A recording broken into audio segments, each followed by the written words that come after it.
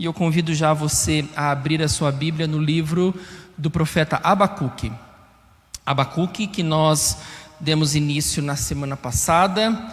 Só para refrescar a sua memória, o tempo em que o profeta Abacuque vive é um tempo de transições. É um tempo difícil, onde ele vê o seu povo indo para o colapso. Quando ele vê que Jerusalém está fadada à queda, e ele olha a situação do seu povo e ele vai questionar Deus. O que Deus está fazendo diante da queda do seu povo? Temos que nos lembrar que Abacuque viveu num tempo de refrigério para o povo, quando o rei Josias reinou. E se você se lembra, o rei Josias foi aquele jovem rei que começou uma reforma espiritual no meio de Jerusalém, porque encontraram o livro da lei, e a partir da leitura da palavra de Deus, o coração do rei se voltou para o Senhor, e ele começou a labutar em prol do Senhor junto com o seu povo. Então ele removeu os altares de adoração, extirpou de certa forma a adoração a outros deuses, e começou a trazer o povo de volta para o Senhor. Aquele povo que havia esquecido do Senhor, que havia se corrompido, que havia adorado os seus ídolos e que estava vivendo uma perversão, agora no tempo de Josias volta-se para o Senhor. E Abacuque, ele era um jovem nesse tempo do reinado de Josias. Então ele experimenta um avivamento no meio do seu povo, e o coração dele fica esperançoso de que Deus está fazendo alguma coisa, de que Deus está avivando a sua obra no meio do seu povo. Ele está com boas expectativas, porque Deus está novamente entre o seu povo, mudando a sorte do seu povo. Mas o rei Josias morre, e apesar de ele ter sido um bom rei, que lá em Lamentações ele é lembrado, e que em Crônicas diz que por todas as eras o nome de Josias sempre era lembrado por causa do que ele fez em favor do Senhor e em prol do seu povo. Mas Josias morreu, e quando Josias morre, os seus filhos o sucedem no trono, e eles não são igual a Josias. Eles começam a trazer de volta toda a idolatria e toda a perversidade dos reis anteriores, e o povo se corrompe. E a partir disso Abacuque ora ao Senhor, porque ele percebe que o povo está indo de mal a pior. Ele percebe que o povo que experimentou um avivamento agora voltou às práticas das suas más obras. É exatamente isso que ele fala nos versículos 2 a 4 do capítulo de número 1, quando ele por várias vezes cita expressões que mostram a situação do povo. Então ele diz assim: até quando, Senhor, clamarei pedindo ajuda e tu não me ouvirás? Até quando gritarei violência e tu não salvarás? Por que me fazes ver a iniquidade? Por que toleras a opressão? Pois a destruição e a violência estão diante de mim. Há litígios e surgem discórdias. Por isso a lei se afrouxa e a justiça nunca se manifesta. Porque os ímpios cercam os justos, e assim a justiça é torcida. Então percebam que Abacuque, ele mostra a situação do povo. Então ele fala de violência, de iniquidade, de opressão, de destruição, de litígios, de discórdias, de lei frouxa, de injustiça, de ímpios dominando sobre justos. Então só nesses primeiros versos a gente já vê um pouco da situação espiritual do povo a qual Abacuque intercede diante do Senhor. Por isso que o versículo de número 1, Abacuque escreve: sentença revelada ao profeta Abacuque. Essa expressão é peso. O que Abacuque está recebendo do Senhor não é uma palavra de arrependimento, não é uma palavra branda, não é uma palavra de consolo, é um peso. O que ele está percebendo, o que ele vai narrar, é Deus mostrando o que ele vai fazer de maneira muito dura. Por isso que ele fala sentença, e na melhor tradução é: o que Deus está fazendo e falando é um peso, é algo difícil de carregar e difícil de suportar. Então o profeta, ele fala não agora em tom de convite ao arrependimento, mas agora o que Deus vai mostrar é a sua justiça sendo implantada no meio do seu povo por causa do pecado. E a gente viu isso na semana passada, vimos o motivo, do coração de Abacuque estar tão apertado por causa do seu povo, por causa da descrição que ele mesmo faz de violência, de destruição, de impiedade e de todo tipo de perversão. E vimos que o profeta ora, e a oração dele: até quando, Senhor? E a gente viu que isso não é uma coisa errada de se fazer. Não é errado orar assim, desde que a gente ore assim, da maneira correta.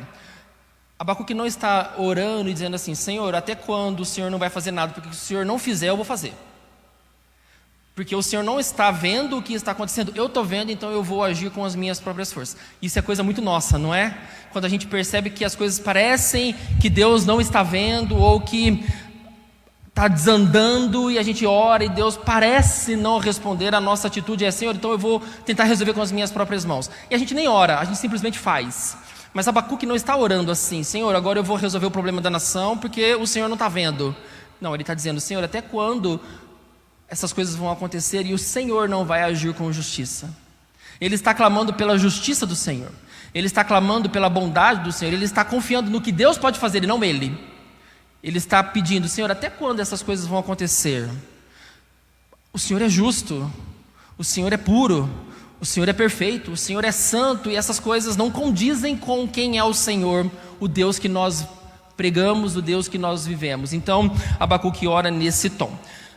E a gente sabe, irmãos, que toda vez que a gente ora, Deus responde.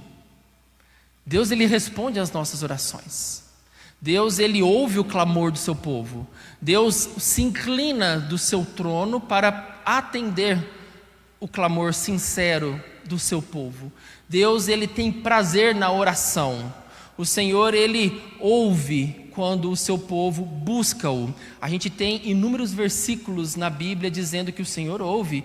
Busca-me, invoca-me e eu te ouvirei. Clama a mim e responder-te-ei. A Bíblia, ela é abundante em dizer isso para nós. Deus ouve orações. E o que acontece a partir do versículo 5 do capítulo de número 1 é Deus ouvindo a petição, o clamor de Abacuque, e Deus então dá a resposta. Eu quero ler com você os versos 5 a 11. Olhem entre as nações e vejam, fiquem maravilhados e admirados, porque no tempo de vocês eu realizo obra tal que vocês não acreditarão se alguém lhes contar.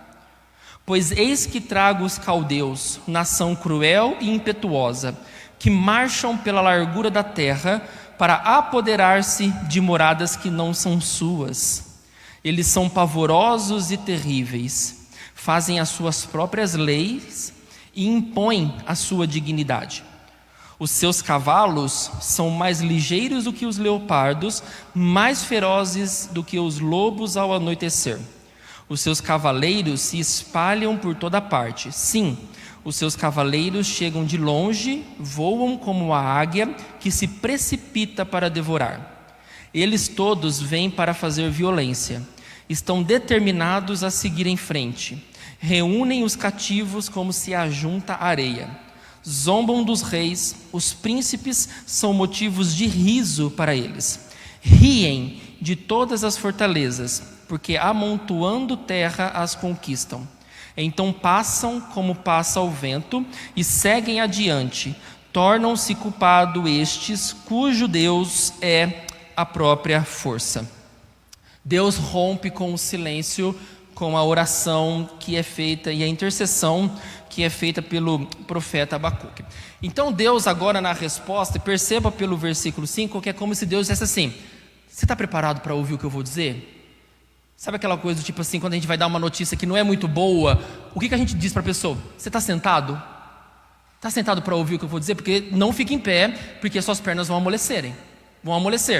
Então senta, porque o que vem não vai ser fácil você ouvir. Então percebam que no versículo diz, ele enfatiza isso, porque ele diz: olhem, vejam, fiquem maravilhados e admirados. É Deus chamando a atenção para aquilo que ele vai dizer. É Deus despertando, porque às vezes nós pedimos respostas a Deus, mas nós estamos tão ocupados com as nossas coisas que a gente não se atenta para o que Deus está falando. A gente ora, você vem nas reuniões de oração, você ora na sua casa, você compartilha com amigos as suas necessidades, você clama a Deus, você tem com certeza os seus momentos particulares de devoção e de piedade, mas quando Deus vai falar, você está tão mais preocupado com as suas coisas que você se esquece de parar para ouvir Deus. Aí a nossa resposta é: Deus não está ouvindo, Deus não está atendendo a minha petição, Deus não está preocupado com a minha situação. Mas não é isso, é porque talvez você ainda não se despertou para sossegar o coração e ouvir Deus. E a gente vai ver que o profeta ele vai nos ensinar isso, que a gente precisa desse momento de acalmar o coração. Você já orou? Ok, agora você tem que acalmar o coração e esperar. É fácil? Não é. Não é fácil, diante de uma situação em que você está buscando muito a Deus, o seu coração se aquietar. A gente fica aflito, a gente fica querendo respostas rápidas. E a nossa geração é uma geração assim. A gente é a geração das coisas instantâneas. Se você vai ligar o computador e o computador demora um pouquinho mais do que o esperado, a gente já fica inquieto. Por que esse negócio está demorando? Se você vai usar o seu celular e o celular demora para responder, você já fica inquieto, essa porcaria não presta mais. Se você vai assistir um vídeo no YouTube e ele demora para carregar, a gente já fica: poxa, mas qual que é o problema na internet? A gente já começa a mexer nos cabos, porque a gente está querendo ver logo esse negócio. A nossa geração é assim, é uma geração de coisas muito rápidas acontecendo, e nós estamos no meio disso. Quando você menos pensa, a coisa já transformou em outra, já tem coisas melhores sendo oferecidas. A gente vive assim, e quando a gente vai para Deus, a gente também acha que Deus está nesse momento junto com a gente. Mas entendamos que Deus é o dono do tempo, Ele não tem essas pressas que a gente tem. Essas coisas são nossas, não de Deus. Ele não se sente, como posso dizer, a gente não consegue fazer Deus sentir a mesma coisa que a gente está sentindo, tipo, Deus responde, Deus já fica lá inquieto: peraí que eu já vou responder você. Deus não faz assim. Ele tem o tempo dele para fazer as coisas. Então é um exercício difícil, eu sei. Orar e descansar e esperar é um exercício que a gente precisa aprender a fazer, porque às vezes a gente não consegue se atentar para o que Deus está fazendo. A gente não consegue enxergar o que Deus está fazendo, porque nós estamos mais ocupados com a gente mesmo e não com aquilo que Deus pode fazer. E isso torna a nossa oração bem leviana, porque a gente ora pedindo: Deus, faça a sua vontade, quando na verdade o nosso coração quer que aconteça do jeito que a gente quer, na hora que a gente quer, no momento que a gente quer. Mas aqui Deus ouve a oração de Abacuque e fala assim: então, presta atenção no que eu vou falar. Vejam o que eu vou fazer. Fiquem maravilhados e admirados com a resposta que eu vou dar a vocês. E Deus então mostra que para aquilo que Abacuque estava pedindo, e qual é o pedido dele? Deus, o nosso povo está muito violento. O povo do Senhor está vivendo muito litígio, muita discórdia, muita violência. Eles estão vivendo iniquidade de maneira muito profunda. Ele está pedindo isso ao Senhor.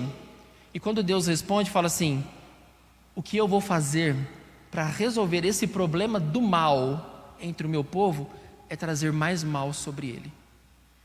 Não parece uma resposta fora de contexto? Como que a gente resolve mal com mal? Isso não faz sentido para nós, faz?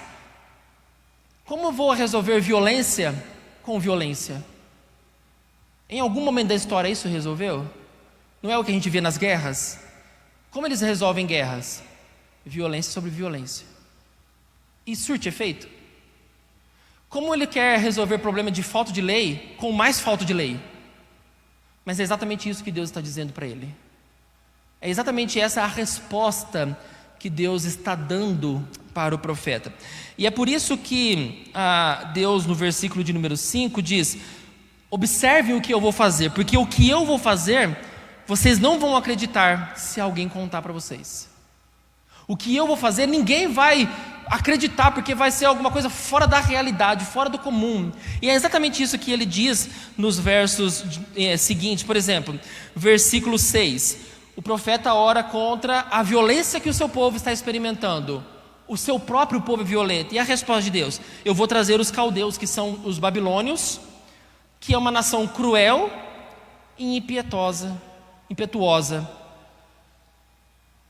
Isso não é alguma coisa que de fato não dá para acreditar? Eu fico imaginando o sentimento do profeta: mas Senhor, a gente já está ruim, a gente já está mal, e o Senhor vai trazer mais maldade? Deus está falando: é isso mesmo que eu vou fazer. Vocês não são maus? Eu vou trazer um povo pior que vocês. E por que eu vou fazer isso? Para disciplinar vocês. Eu vou disciplinar vocês por meio de um povo pior do que vocês. Eles são cruéis, eles são impetuosos, eles marcham pela terra e se apoderam de tudo aquilo que não é deles. Eles fazem isso, eles vão andando pela terra e vão tomando todas as coisas. Versículo 7, são pavorosos, eles são terríveis. Te dá medo? Do tipo, vocês acham que vocês são maus?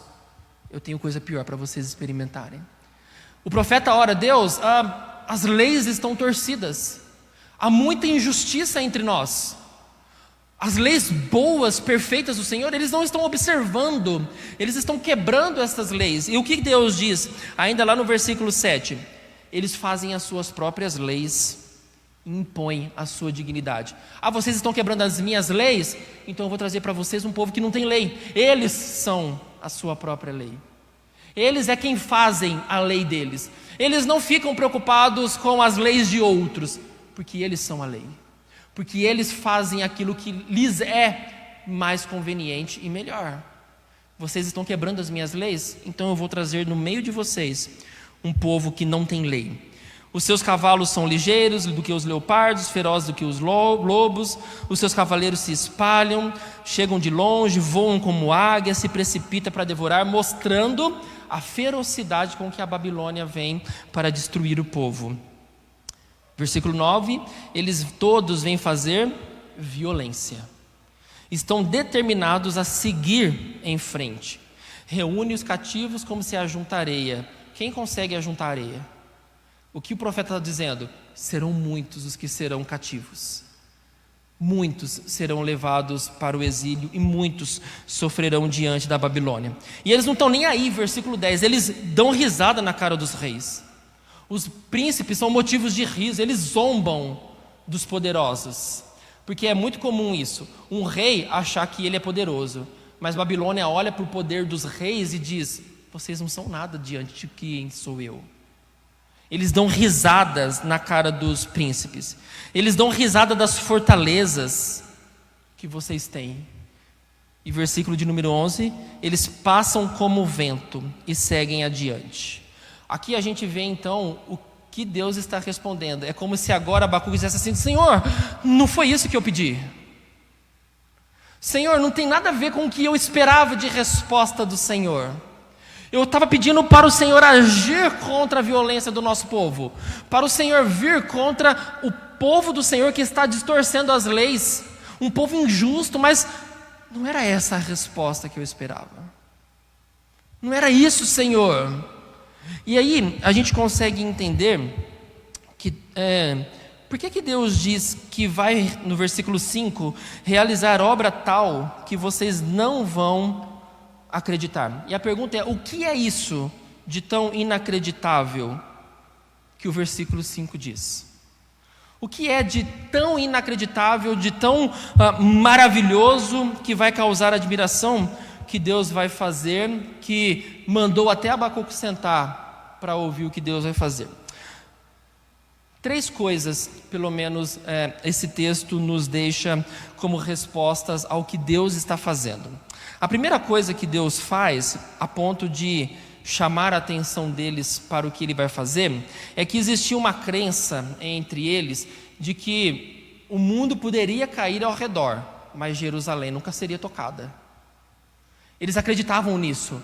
Não, mas as outras nações estão sendo invadidas, estão sendo conquistadas, Deus está, fazendo grandes coisas entre essas nações perversas, mas aqui é Jerusalém, o templo está aqui entre nós, Deus não vai mexer com a gente. O templo do Senhor, que Ele tanto ama, está aqui. Jerusalém é a menina dos olhos de Deus.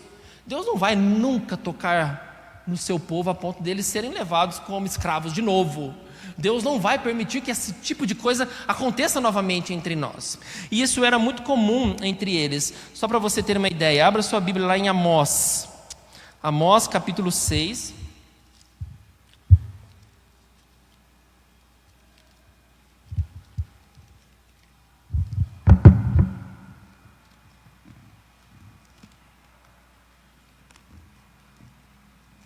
Tá mais fácil alguém achar aí e ler para nós. Amós 6, versículos de 1 a 7.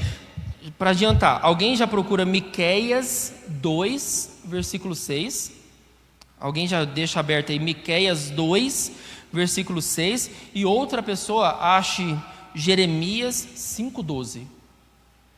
Amós 6. Outra pessoa já fica aberta aí no jeito para a gente agilizar aqui.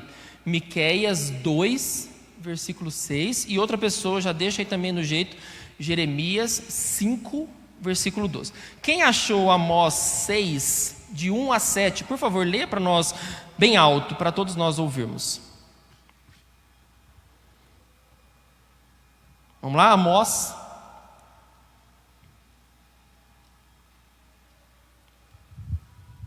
Ninguém achou Amós? Pode ler, seu Pedro.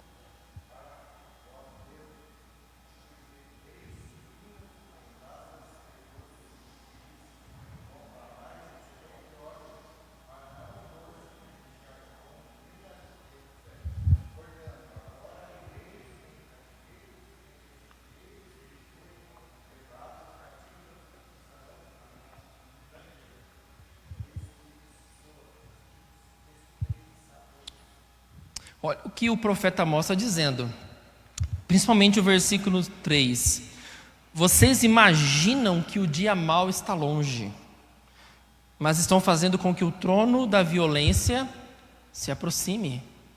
Eles estavam tão folgados em pensar que Jerusalém nunca seria ocupada por um outro povo, que eles estavam vivendo, versículo 4, vocês estão dormindo em camas de marfim, vocês ficam se espreguiçando, vocês ficam comendo como se não houvesse amanhã. Versículo 6, bebem vinhos em taças, se ungem com mais excelentes óleos. Aí o versículo 7 é: vocês estarão entre os primeiros que serão levados para cativeiro.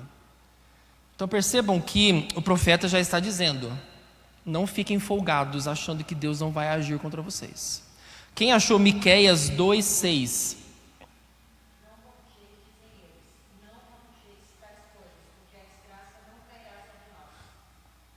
Percebam qual que era a ideia deles? Essas coisas não vão acontecer com a gente. Essas desgraças que são comuns a todo mundo, menos para nós, essas coisas não vão nos atingir, porque nós somos Jerusalém. O Senhor está entre nós. Jeremias 5:12.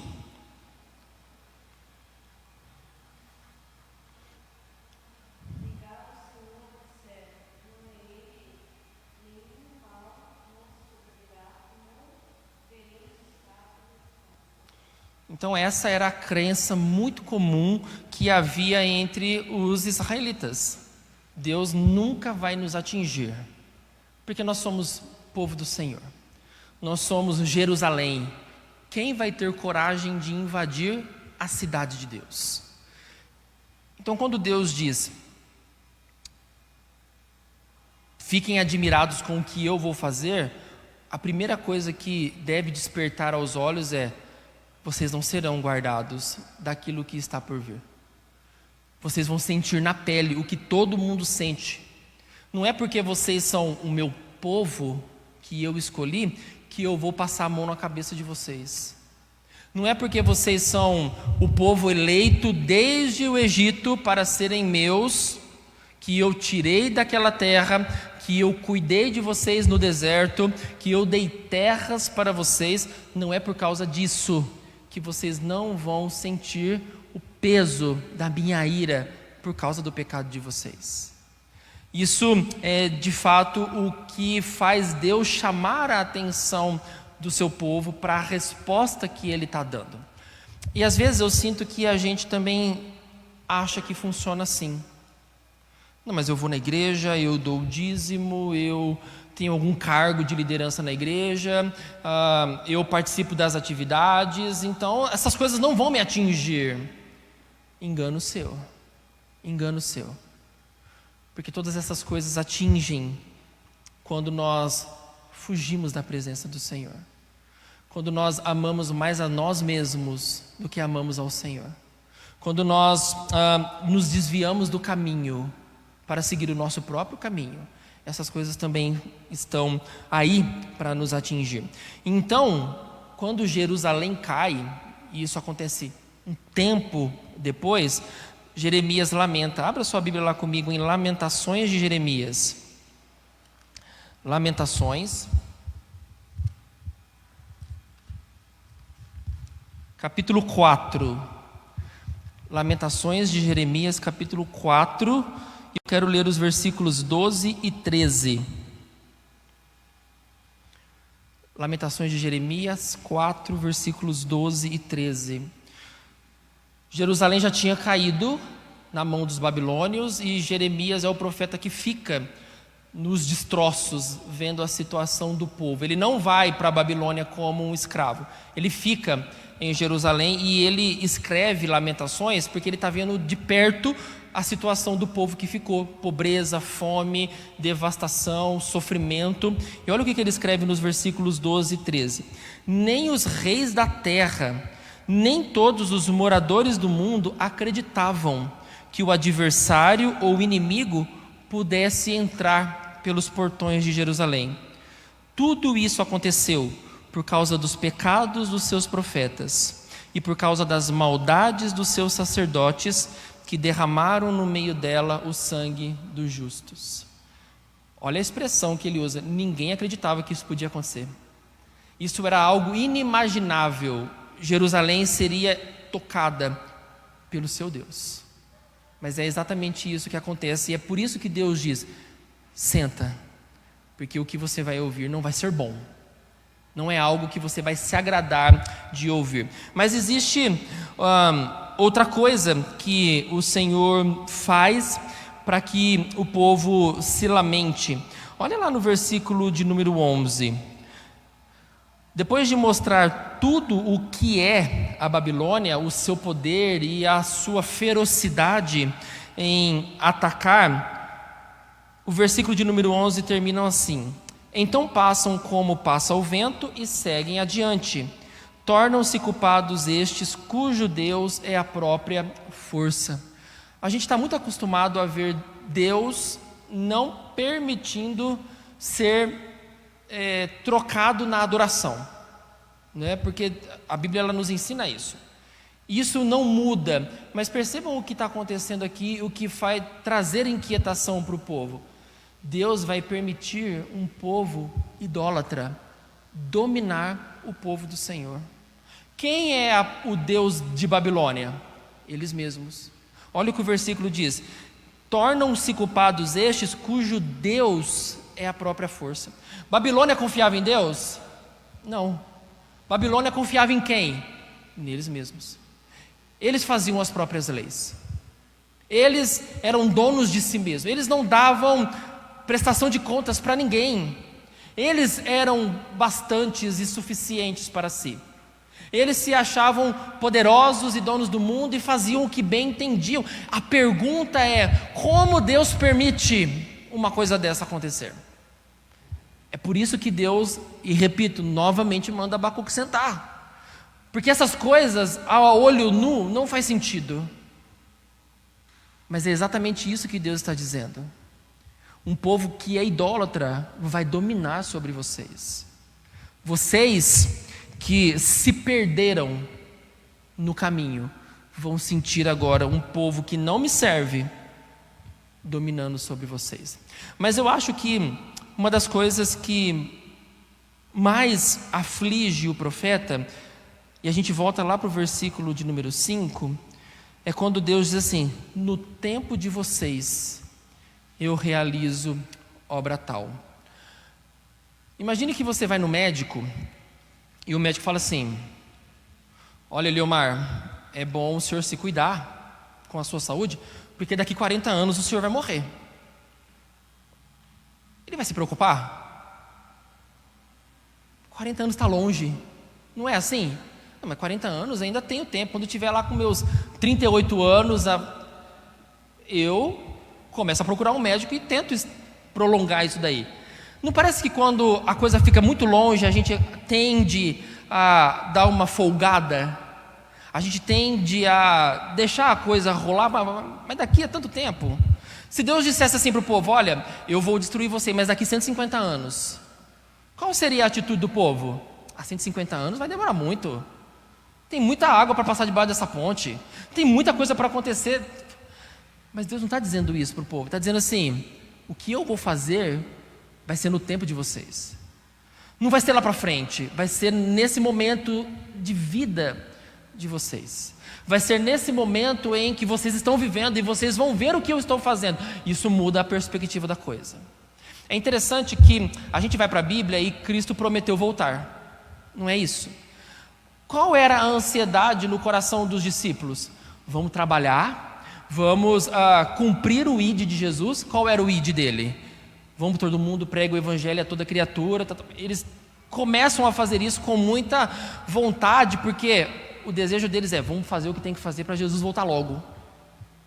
Vamos fazer o nosso trabalho, vamos pregar o evangelho, vamos para todas as nações. Um grande exemplo disso é Paulo. Paulo, ele é aquele pregador que passou em pouco tempo por todas as regiões do mundo, a ponto de, quando ele escreve a carta aos Romanos, é pedindo ajuda para ele ir para a Espanha. Ele já não tinha mais o que fazer naquela região, agora ele quer ir para outros lugares, pregar o evangelho de Jesus, porque quanto mais rápido isso acontecesse, mais rápido Jesus voltaria. Essa era a ansiedade deles. E parece que a gente perdeu essa noção de que Jesus vai voltar. E Pedro fala isso lá na sua carta, quando ele diz assim: muitos vão olhar, e olha quanto tempo Pedro escreveu, a distância de Pedro e nós. E Pedro já escrevia: muitos vão dizer assim, mas cadê a promessa que ele disse que voltaria? Onde está a promessa? Ele não prometeu que voltaria, a gente não está vendo nada. Já se passaram mais de 2000 anos e a gente continua esperando. A gente continua crendo na promessa de que Ele vai voltar. Mas por que muitos relaxam na sua vida espiritual? Porque parece que Ele está demorando. Porque parece que aquilo que Ele prometeu não está funcionando. O que o profeta está dizendo é: vocês acham que o que eu estou dizendo vai acontecer daqui a muito tempo? Não. Vai acontecer no tempo de vocês. E eu imagino que, se Deus permitisse dizer assim: olha, Jesus vai voltar no final do ano, acho que muita gente estaria nas igrejas. Acho que as igrejas começariam a ser mais cheias. Acho que haveria muito mais gente se comprometendo com Jesus Cristo. Acho que haveria muito mais gente buscando Cristo. Acho que haveria muito mais gente acertando as contas com Ele, mudando a vida. E Deus aqui está dizendo: o que eu vou fazer vai ser já. Não vai ser daqui para frente. No tempo de vocês, vocês vão experimentar o que eu vou fazer com vocês. com a perversidade, com a injustiça, com a maldade de vocês. Vocês vão ver no tempo que se chama hoje, e isso muda toda a perspectiva. Pode falar.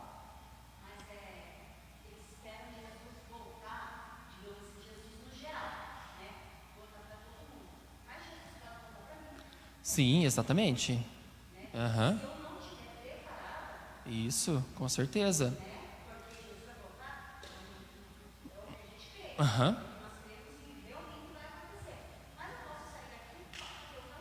Exatamente, voltou para você. Exatamente, é. Uhum. Sim, isso. Exatamente. Uhum. Muito bem colocado. Essa é a ideia mesmo, né? A gente tem essa espera, a gente espera, mas que ele volte para todo mundo. E a gente se esquece que ele pode voltar para nós em particular. A gente pode morrer hoje. Quem garante? Quem garante o ciclo da vida?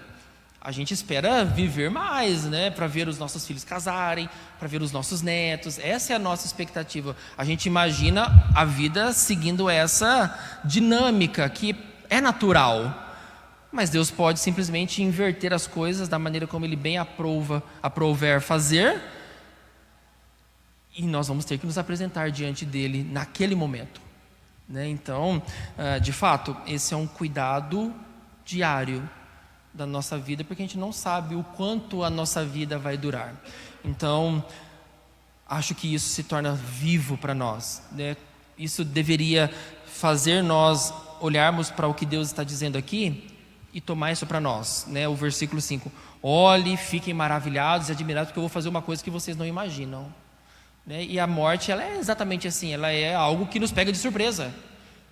Você fica esperando alguém saudável, algum ente querido morrer, você nunca espera essas coisas, mas elas acontecem, e essas coisas nos chocam e mexem com a gente, né? Então, isso é o que Deus está dizendo para o profeta: vocês vão ver coisas que vão deixar vocês maravilhados. Então Deus está dizendo, essas coisas vão acontecer no tempo de vocês. Deus está dizendo que para poder resolver o problema da maldade, da violência, da iniquidade, da injustiça, Ele vai trazer coisa pior sobre eles. Deus vai trazer ainda um povo pior. Deus vai trazer um povo ainda mais injusto. Deus vai trazer um povo idólatra. E Deus vai trazer ainda mais quebra de leis, para poder corrigir o seu povo, para poder resolver a situação do seu povo. Mas a pergunta é: o que é isso que Deus está fazendo? Porque à primeira vista não faz sentido esse tipo de coisa. Não faz sentido essa maneira de Deus lidar. Mas o que a gente entende daquilo que a Bíblia nos ensina, esse tipo de coisa se chama disciplina. Disciplina. E Deus tem a maneira dele de nos disciplinar. Pode falar, irmão.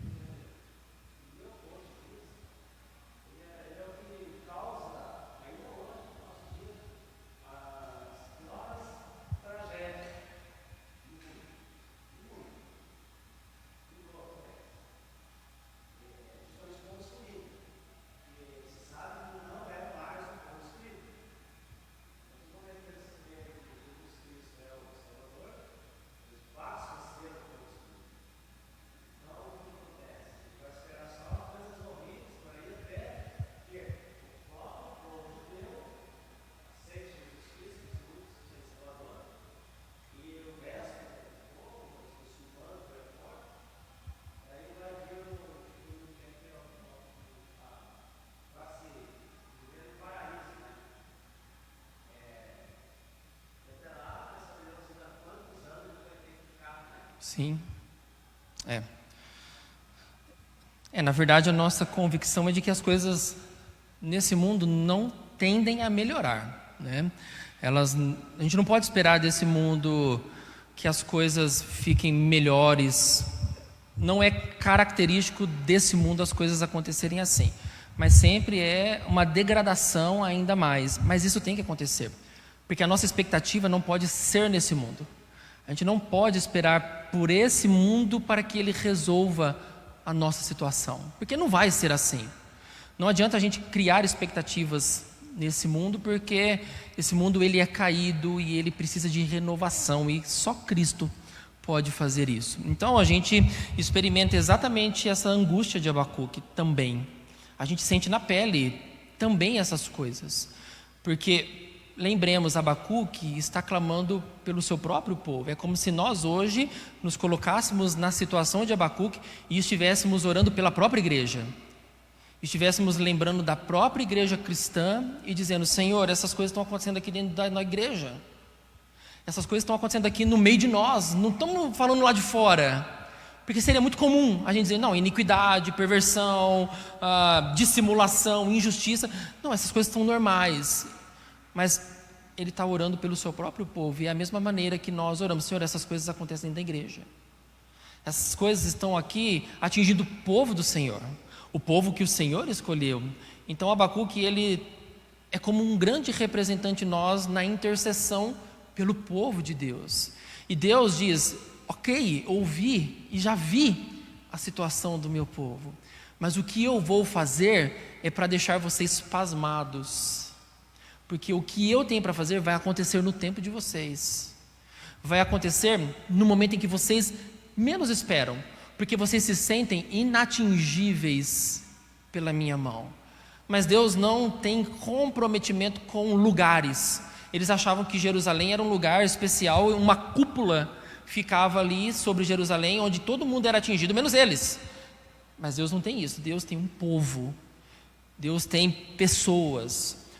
Mas Deus disciplina pessoas, Deus corrige pessoas. E o que Deus está fazendo aqui, a partir do que Abacuque está orando, é: eu vou disciplinar o meu povo, e vai ser duro o que eu vou fazer. Mas disciplina ainda é melhor do que experimentarmos a justiça de Deus, porque justiça vem para dar sentença sobre nós. A justiça não vem para abrandar o que ela tem para fazer. A justiça, ela vem para poder executar aquilo que tem que ser feito. Estou errado, Samuel? A justiça faz isso. Mas Deus não está agindo conosco a partir de justiça, porque nós já fomos justificados por Jesus. Cristo é a nossa justiça. Então, quando Deus está nos disciplinando, amém por isso.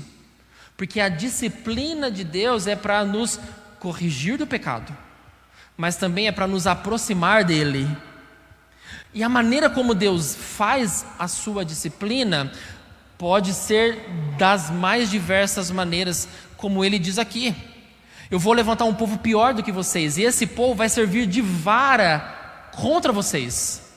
Agora a pergunta é: quem sou eu para poder chegar diante de Deus e falar assim: não, Deus, o método que o Senhor escolheu não é bom, a maneira como o Senhor está fazendo isso não está certa. Eu não posso, porque eu não consigo ver os resultados do que Deus está fazendo. Eu não consigo saber por que Deus está conduzindo por esse caminho, se aparentemente esse caminho é o mais difícil, mas é o caminho dele, e ele consegue lá de cima ver onde isso vai dar. E os nossos caminhos, por melhores que eles pareçam e mais curtos, pode ser que eles levem para caminhos de morte, pode ser que eles não levem para pastos verdejantes. Mas os caminhos de Deus, eles são exatamente assim. Por isso que nesses versos, por mais aterrorizadores que eles sejam, por mais difícil de digerir, que sabe aquela coisa que quando você come bate no estômago e arde, você sente na hora a gastrite? A gente às vezes sente isso na correção de Deus para nós. A gente fala: Deus, não tinha outro jeito? Não tinha outra maneira do Senhor me disciplinar, não tinha outra maneira do Senhor agir para comigo. E Deus vai dizer: não, essa é a melhor maneira, porque é dessa maneira que eu vou transformar você. É dessa maneira que o seu coração vai ser amolecido. É dessa maneira que os seus olhos serão abertos para me ver. É dessa maneira, por mais doída que seja, que Deus vai sarar e tratar a nossa vida. E Abacuque, e aqui eu vou deixar para entrarmos isso na semana que vem, ele parece entender que a disciplina é necessária para o seu povo, mas ele ainda não compreende por que Deus tomou esse caminho, porque Deus optou trazer Babilônia para dominar sobre eles, porque Deus decidiu na sua vontade resolver o mal com mais mal. Mas à medida que a gente for caminhando por Abacuque, a gente vai perceber a visão abrangente que Deus tem da história. A gente vai percebendo que a gente não percebe, porque a nossa visão é muito limitada, mas a visão de Deus é muito maior do que a nossa. E Ele conhece o final desde o começo. E eu sei que quando nós somos disciplinados por Deus, dói.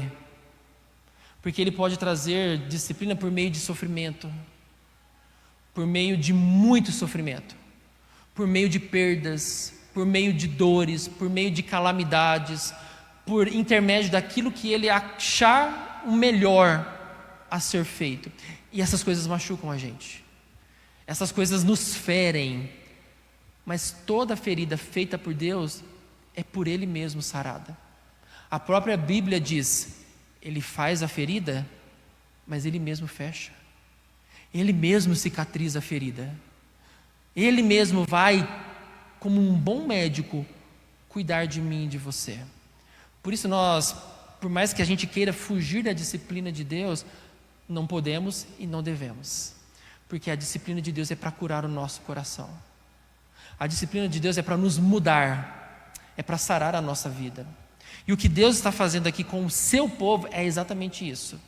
E a vara que Deus vai usar para disciplinar é Babilônia. É um povo cruel, violento, um povo idólatra, um povo sem lei, um povo injusto, um povo vingativo, um povo extremamente violento. Mas é isso que Deus está trazendo para curar o seu povo. É exatamente isso que Deus está trazendo para que o seu povo seja moldado segundo Ele. E é tão interessante que depois que Babilônia passa, e aí os medo-persas passam a dominar, a gente vê em menor medida o povo sendo idólatra. Parece que de alguma forma a disciplina que Deus fez mudou o coração do povo. Eles eram muito idólatras. E eles continuam idólatras, mas isso vai sendo transformado. Porque aí depois você vê no Novo Testamento, há idolatria, mas você vê que ela é em menor medida. De alguma forma Deus está realizando uma boa obra, disciplinando o coração do seu povo. E quando Deus faz isso, é para nos fazer melhor, é para nos fazer crescer, é para nos fazer homens e mulheres melhores segundo o seu coração. Mas Abacuque então vai continuar aí com as suas crises, que também são crises nossas. Mas por hoje entendamos que Deus ele disciplina ao seu povo e Deus os manda sentar, porque aquilo que Ele vai fazer é algo que difícil de acreditar, porque no tempo deles essas coisas se darão. Se a gente entende que a profecia de Abacuque aconteceu no ano 605 a.C., e Jerusalém cai sob o domínio da Babilônia em 587, 586, passaram-se em torno de 18, 19 anos dessa profecia. Não é muito tempo, é algo para já. Parece que 20 anos demora, Mas para quem já fez 18 anos, sabe que depois dos 18 anos o tempo ele não anda, ele voa, né? A gente tem aquela coisa, assim, nossa, não vejo a hora de tirar carta. Tirou carta, acabou. Você olha e agora você começa a contar o tempo de carteira que você tem, né? Você já fala, olha, tinha 18 anos ontem, hoje eu estou com 40. Então, o tempo passa. E às vezes a gente olha e fala assim, mas 20 anos? Não, 20 anos passa assim. 20 anos passa como a gente nem vê. Porque a gente está tão ocupado com as nossas coisas. Amanhã já é fevereiro. Já é fevereiro. Já passamos 31 dias de 2021. As coisas estão galopando. Então Deus diz, vai acontecer no seu tempo. E muitos do que ouviram essa mensagem, ou tiveram o privilégio de lê-la, sentiram na pele o que estava acontecendo, o que Deus estava fazendo com o seu povo, e era no tempo deles. Que o Senhor cuide de nós, porque essas coisas acontecem. Que a gente ore pela igreja de Cristo, porque essas coisas acontecem dentro da igreja, não acontecem à parte da igreja. Assim como Abacuque ora pelo seu povo, nós também oramos pela igreja, para que Deus cuide de nós. E se necessário for, que a gente passe pela disciplina do Senhor, porque a disciplina do Senhor nos corrige, nos amadurece, nos transforma. E esse é o seu propósito, nos tornar semelhantes a Cristo. Então, por mais dolorida que seja a disciplina pessoal que você vive, como a disciplina coletiva, que a gente enfrente ela com disposição para podermos ser transformados de acordo com Jesus Cristo. Amém? Vamos nos colocar em pé, vamos orar, agradecer a Deus pela sua palavra, que Deus cuide de nós, nos abençoe, que o Senhor nos sustente e nos dê um domingo cheio de bênçãos do céu. Obrigado, Deus, por esta manhã aqui, estudando a Tua palavra. Obrigado pela mensagem de Abacuque. E de fato o Senhor age da maneira como bem lhe deseja ser. E o Senhor corrige, o Senhor disciplina porque o Senhor ama. Não somos tratados com justiça porque o Senhor é a nossa justiça. Porque tudo aquilo que a lei exigia foi cumprido na pessoa de Cristo. Então não somos devedores, mas somos disciplinados em amor, para sermos tratados, transformados, mudados segundo Jesus. Senhor, a disciplina é doída, ela nos fere, ela vem com força e muitas vezes arrancam suspiros e lágrimas dos nossos olhos. Mas nós queremos aprender a passar bem pela disciplina, sabendo que ela é para nos instruir, para nos tratar, para transformar a nossa maneira de ver e de lidar com o mundo. A disciplina é para nos moldar. E é exatamente isso que o Senhor está fazendo com o seu povo. Mesmo que à primeira vista não sejamos capazes de entender, porque a nossa visão é muito limitada. Mas em Ti nós podemos passar por isso, sabendo que a nossa vida está no controle soberano do Senhor. Que o Senhor nos abençoe, ó Deus, e corrija a Tua igreja. Corrija a visão distorcida do seu povo, que por vezes é mais impactada pelos valores do mundo do que pelos valores do reino de Deus. E a gente precisa ser corrigido nisso. A gente precisa ser transformado nisso, porque nós somos muito mais parecidos com o mundo do que parecidos com o reino de Deus. E para isso, somente a disciplina do Senhor, para nos endireitar os passos, corrigir os caminhos e nos trazer de volta para o Senhor. Deus, que o Senhor cuide de nós, nos abençoe, que o Senhor tenha piedade de nós, que o Senhor abençoe o nosso domingo, que o Senhor guarde o nosso coração em Ti e nos traga para o culto da noite, ó Deus, com alegria para louvarmos, bendizermos e ainda mais sermos instruídos na Tua palavra, que é boa, perfeita e agradável. Que o Senhor esteja com o Teu povo, eu oro em nome de Jesus. Amém.